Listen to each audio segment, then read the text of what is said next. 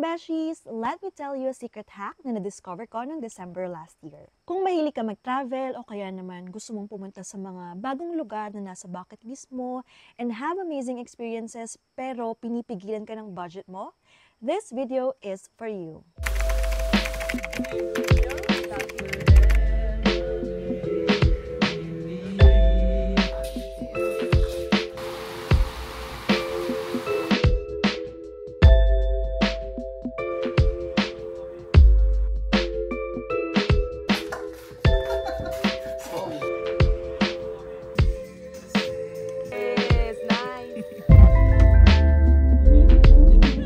So, ayun nga, na-discover ko itong platform na ito and it's a collaborative community that connects the hosts and the travelers who want to exchange their skills for free accommodation for a certain amount of time. Sounds cool, right? Minsan pa nga they offer free tours, free meals, o kaya naman discounted tours or discounted meals sa mga restaurant. And sobrang laki na ng bagay na yun, mga beshies. So, itong platform na ito ay tinatawag na World Packers. And here's how it works. Let's say you're good at photography, passionate ka magturo ng English, mahilig ka mag-post sa social media, or even something simple like gardening or helping out a hostel. And you can connect with hosts around the world. Like yun nga, hostels, animal care, community development, and even farms na nangangailangan ng tulong mo. So I was curious and gave it a try. And let me tell you, it's a game changer. So andito ako ngayon sa Davao and I am volunteering for a farm. We work here for 30 hours,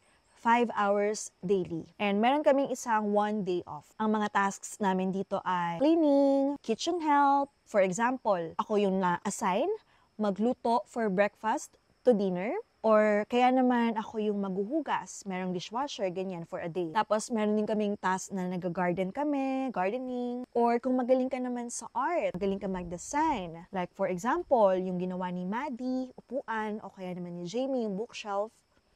Or anything na kaya mong gawin na pwede mong ma-contribute sa farm. So, bigyan ko kayo ng tour dito sa farm. Unahin ko na kung nasaan ako. So, andito ako ngayon sa Spa Villa. Pero before I proceed, andito nga pala ako sa Hayag Farm School. Kung gusto mong matuto about bamboo or build something out from bamboo, itong school na to ay nag-offer ng workshops or boot camps. So, meron sa February. If you wanna learn more, I will put their website link sa bio and yung Facebook page nila. Going back, andito ako sa Spa Villa ngayon. Under construction pa siya. May jacuzzi, may shower, and may yoga space kung saan makikita mo ang magandang view ng Quagsig Falls. So basically, itong mga pinapakita ko sa inyo ay mga amenities na pwedeng gamitin ng mga attendees ng bootcamp or workshop. Tapos magkakaroon din dito ng pool lounge at inspired ito sa Alocasia Leaf. If makikita mo siya from above, so wala akong drone, pero I will show you a picture kung ano itsura ng bubong ng pool lounge para makita nyo na talagang inspired siya sa Alocasia Leaf. Tapos ito naman yung beach house. Itong beach house ay family use, so ginagawa ito para sa family ng owner. Meron ding butterfly lounge, bellflower pavilion. So ito yung main kitchen kung saan nagluluto kapag meron ng workshops and dito sila kumakain. And of course, yung mga villas kung saan kami nagpapahinga and kung saan nagpapahinga yung mga attendees ng workshop or bootcamp. So merong 4 dito na villa. Villa 1, 2, 3, and yung 4. Sa ngayon, kaming mga volunteers ang gumagamit nito. So kaming mga girls, nagstay kami sa Villa 1. So nakaka-accommodate to ng 8 people. And as you can see, yung roof niya ay gawa sa polycarbonate and may mga glass windows siya para may natural lighting siya sa umaga kasi dito sa farm, we only use solar power. So yung Villa 1 and Villa 2 is magkapareho lang. And yung Villa 3 ay, ito yung pinakamalaking villa sa lahat kasi it can accommodate 16 people. And of course, our favorite spot, the Villa 4 kasi dito kami nag-get together, nagso-socialize. We spent most of our time here kasi dito rin kami nagluluto. Dito kami kumakain. Dito kami naglalaro, nagka-karaoke. At kung ano-ano pa ang pwede namin gawin together. Pag free time naman namin or off time, lumalabas kami. Like, for example, pupunta kami sa Quagsig Falls. Good morning! Papunta kami ngayon sa isang waterfalls near Hayag. So, yung Quagsig Falls, kung titignan mo dito sa Spa Villa, kala mo ang layo, pero in reality, 15 to 20 minutes walk lang siya. Minsan naman, nagbe-breakfast kami sa isang local na karinderya kung saan makikita namin yung view ng Sea of Clouds. Tapos may araw naman na sumama kaming lahat sa isang local na market kung saan bumili kami ng mga stocks namin para sa pagkain namin or mga necessities. Tapos after noon, pumunta kami sa isang restaurant kung saan kumain kami ng suman at pinares namin ito sa sikwate or sikwate.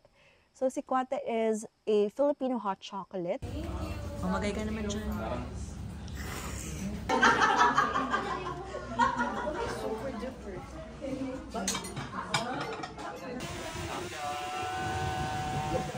When volunteering, you don't just save money. You also meet amazing people, live like a local, and learn so much along the way. It's like traveling, but with a purpose and way more meaningful connections. If you are someone that loves adventure, wants to travel on a budget, or you just want to try something different like me, you should totally check out World Packers. Pwede kayong mag-start dito sa Philippines and of course, sa iba't ibang parte ng mundo. So ayun lang guys, kung nakaabot ka dito sa part na to, thank you so much for watching. And sana nakatulong ako sa next adventure nyo / volunteering journey ninyo. Kung bago ka sa channel ko, again, I'm Eunice Nabong, a Filipino vlogger based in Manila. And please don't forget to subscribe if you want more travel videos. And kung may katanungan ka naman, feel free to leave them in the comments. And to keep in the loop, just hit the notification bell so you will get notified whenever I post a new video like this one.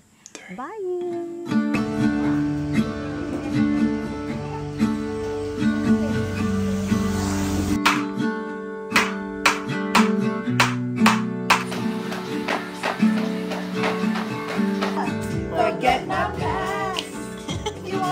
Been to California, never been to LA, so I'll stay home and write these songs, pretend I'm making songs. My friends are getting married, they're settling down, so I lay here, watch the ceiling fan go round and round.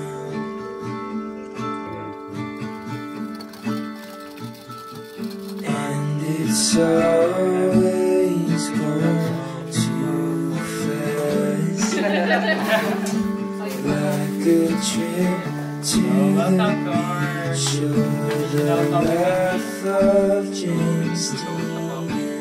It kills me to think I'm avoiding the pain I can't swallow.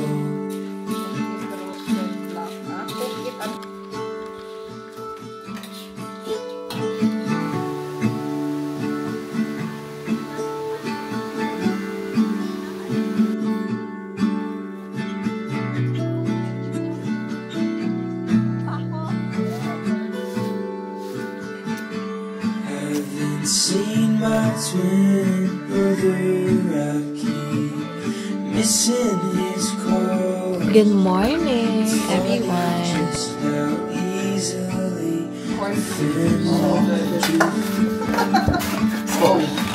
Finally, you met. Good morning. So, ang chef namin for today is si Angelo, si Christian, another volunteer.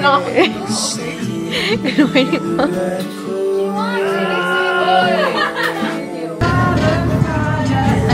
It's always going too fast, like a trip to the beach or the life of James Dean.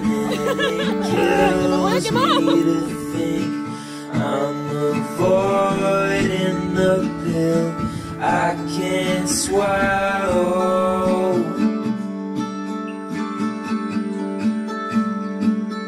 And it comes burning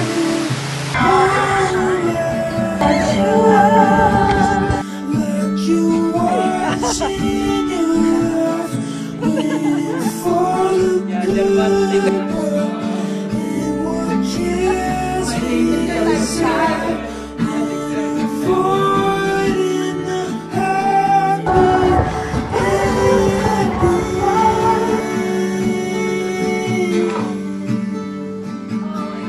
We'll see you soon. We'll see you soon. You'll see them again.